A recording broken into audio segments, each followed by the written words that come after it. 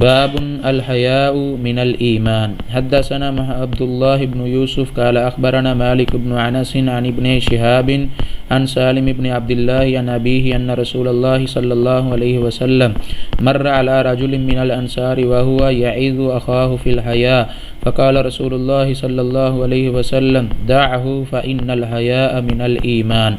باب شرم و حیا بھی ایمان سے ہے۔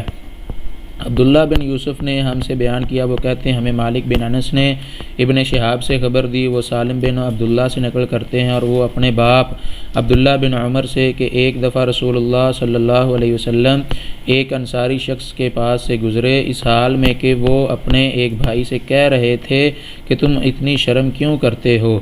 آپ صلی اللہ علیہ وسلم نے اس انصاری سے فرمایا کہ اس کو اس کے حال پر رہنے دو، کیونکہ حیا بھی ایمان ہی کا حصہ ہے۔ یہ حدیث صحیح البخاری کی حدیث نمبر 24 ہے۔ والسلام علیکم ورحمۃ اللہ وبرکاتہ۔